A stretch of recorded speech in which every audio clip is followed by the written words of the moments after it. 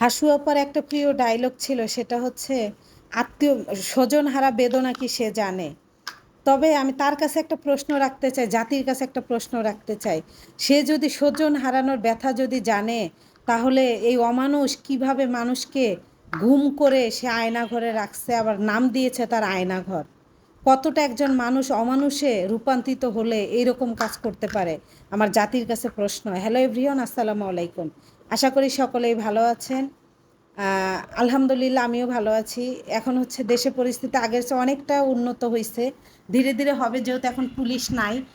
যাদের বাসা টাসা আছে বা যারা একটু রাত করে বাসায় ফিরবেন না, যেহেতু এখন পুলিশেরা ডিউটি দিচ্ছে না, করতেছে না, এই জন্য আর কি। মানে দেখতেছি খবরে যে লুটপাট হচ্ছে। কিছু সুবিধা মানুষ আছে জানেন, যে দুই দিকেই ধার হয়, এই দিকেও ধার ওই দিকেও ধার।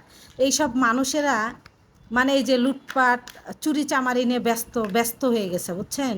ওই যে বলেন একটা কথা, যে কয়লা ধুলে ময়লা জানে, এতদিন মনে হয় ঘাপটি মেরেছিল, যেই নরম জায়গা পাইছে এখন পারানো শুরু করে দিছে। তো এদের হাত থেকে একটু সবাই সাবধানে থাকবেন। আহ, খুব শীঘ্রই ইনশাল্লাহ আশা করি আমাদের দেশে পরিস্থিতি ভালো একটা আমরা কিছু পাবো। কিন্তু ছাত্র ভাই বোনদের কাছে আমি হচ্ছে মন থেকে তাদের জন্য দোয়া এবং তাদেরকে অসংখ্য ধন্যবাদ। তারা এত সুন্দর একটা উদ্যোগ নিয়েছে, আমাদের সমাজের জন্য কাজ করতেছে। তাদের পাশে যদি আমরা একটু এগিয়ে যাই, তাহলে দেখবেন আমাদের সমাজটা আরও সুন্দর হয়ে গড়বে। তারা যতটা চেষ্টা করতেছে, আর যাদেরকে ধন্যবাদ না দিলেই নয়, ছাত্র সমন্বয়ক যারা ছিলেন তাদের জন্য, মানে তাদের প্রথম যে একটা উদ্যোগ, এই উদ্যোগের জন্য আজকে আমরা দ্বিতীয়বার আলহামদুলিল্লাহ আল্লাহ তালার কাছে আগে শুক্রিয়া। আল্লাহ তালা অশেষ রহমতে তাদের মানে ইয়াতেই আমাদের এই দেশটা দ্বিতীয়বার মতো স্বাধীন হয়েছে। যাই হোক, আল্লাহ তালা তাদেরকে নেঘায়ের দ্বারাজ দান করুক। যেহেতু তারা ছোট, এই জন্য আমি তুমি করেই বললাম, আমার ছোট হবে তারা, আমার ছোট ভাই বোন।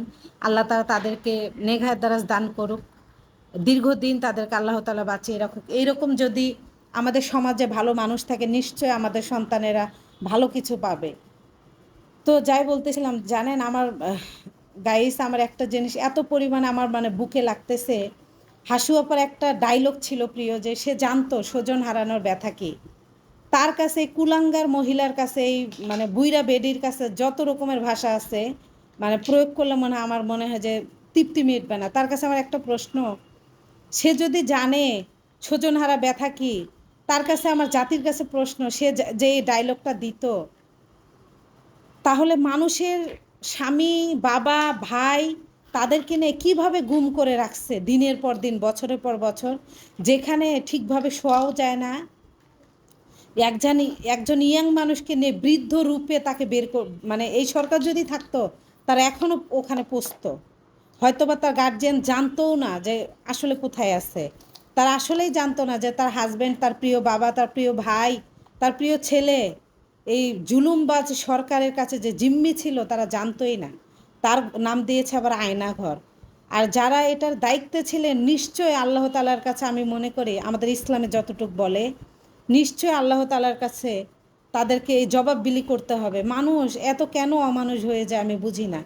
ফেরাউনকে মনে হয় আইডল মনে করতো এই শেখ হাসিনা, আমার কাছে মনে হয়।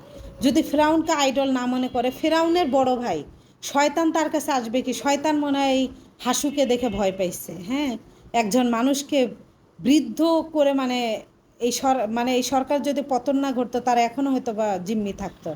দেখে মানে বুকটা ফেটে যায়। আর যদি এটা আমার সাথে হতো, কত আর্মি অফিসারদের এভাবে জিম্মি করে রাখছে, মানে সত্য কথা বলার জন্য।